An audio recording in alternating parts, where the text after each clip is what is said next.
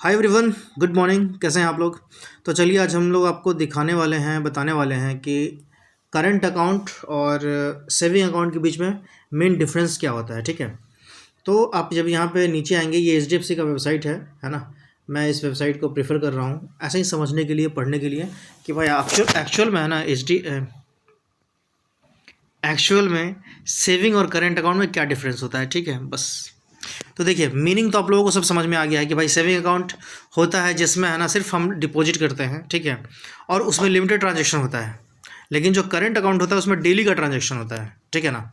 तो ये तो इसका मीनिंग हो गया था सेविंग और करंट अकाउंट का, जो मैं आपको कल बता चुका था। आज हम लोग समझते हैं कि और क्या क्या डिफरेंस है। तो देखिए, यहाँ पे एक वर्ड लिखा हुआ है सुटेबिलिटी। सुटेबिलिटी का मतलब होता है कि किसके लिए कौन सा अकाउंट सुटेबल है। जो लोग नौकरी करते हैं, जो लोग बिजनेस नहीं करते हैं, उनके लिए सेविंग होता है, क्योंकि उसमें है ना लिमिटेड ट्रांजेक्शन दिया जाता है सेविंग में। ऑल दो करंट अकाउंट में भी लिमिटेड ट्रांजेक्शन मिलता है, बट करंट अकाउंट का जो ट्रांजेक्शन होता है वो सेविंग से बहुत ज़्यादा होता है। ठीक है, अब दूसरा देख लीजिए, यहाँ पे इंटरेस्ट है। सेविंग अकाउंट में आपको इंटरेस्ट मिलता है, बट करंट अकाउंट में कोई इंटरेस्ट नहीं मिलता है। ठीक है ना। उसके नीचे लिखा हुआ है ओवर ड्रॉइंग। ओवर ड्रॉइंग क्या होता है कि जब आपके सेविंग अकाउंट में बैलेंस होता है तो जितना बैलेंस होता है आप उतना ही निकाल सकते हैं। लेकिन करंट में एक फीचर होता है ओवरड्राफ्ट फैसिलिटी। ठीक है, जिसमें अगर आपके खाते में बैलेंस नहीं भी है तो भी आप निकाल सकते हैं एक्स्ट्रा पैसा। ठीक है, वो आपको बैंक से OD लेना पड़ेगा, उसके आपके ट्रांजैक्शन वगैरह के बेस पे है ना, बैंक आपको OD करके दे देती है। ठीक है, तो उस OD के अगेंस्ट आप पैसा निकाल सकते हैं। ठीक है, सेविंग में क्या होता है कि मिनिमम बैलेंस आपको बहुत कम रखना पड़ता है या ना के बराबर रखना पड़ता है। ठीक है, आजकल शायद सेविंग अकाउंट में बैलेंस रखने की उतनी आवश्यकता नहीं है जितनी पहले होती थी। प्राइवेट बैंक में फिर भी है, बट सेविंग अकाउंट सरकारी बैंक में है ना, ऐसा कुछ फिक्स नहीं है। ठीक है, किसी के यहाँ 500 में भी खाते खुलते हैं, किसी का जीरो बैलेंस भी खाता खुलता है। ठीक है, किसी का 1000-2000 में भी खाता खुल जाता है।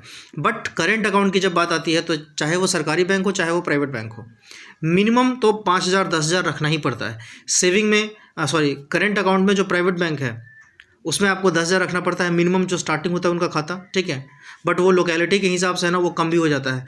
जैसे आप सेमी अर्बन या रूरल में रह रहे हैं तो 5,000 में खाते खुल जाते हैं, और उसी का 50% पे है ना आपको खाता खुल जाता है सरकारी बैंक पे। सरकारी बैंक में आपको वही जो वहाँ पे 10,000 में खोल रहे हैं वो सरकारी बैंक वाले वही खाता यहाँ पे आपको 5,000 में खोल के देते हैं।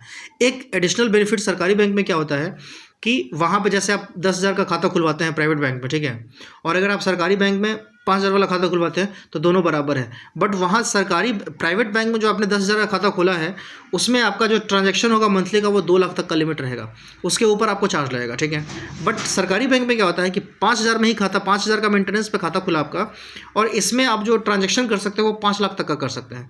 तो यहाँ 5 लाख का ट्रांजैक्शन है, वहाँ 2 लाख का ट्रांजैक्शन है। तो ये एक बेनिफिट होता है प्राइवेट बैंक ओवर सरकारी बैंक। ठीक है, तो एक छोटा सा टॉपिक था, मैं सोचा कि चलो आप लोगों को बता देता हूँ। अगर आप लोगों को कोई डाउट हो आप लोग कमेंट कीजिए, या कुछ चाहते हैं किसी टॉपिक पे मैं बात करूँ तो मैं आपको खुल के बात करूँगा, नहीं तो जो भी मेरे दिमाग में आता रहेगा मैं से एक छोटा छोटा वीडियो बना करके पोस्ट करता रहूँगा। अभी के लिए इतना ही, बाय बाय, टेक केयर।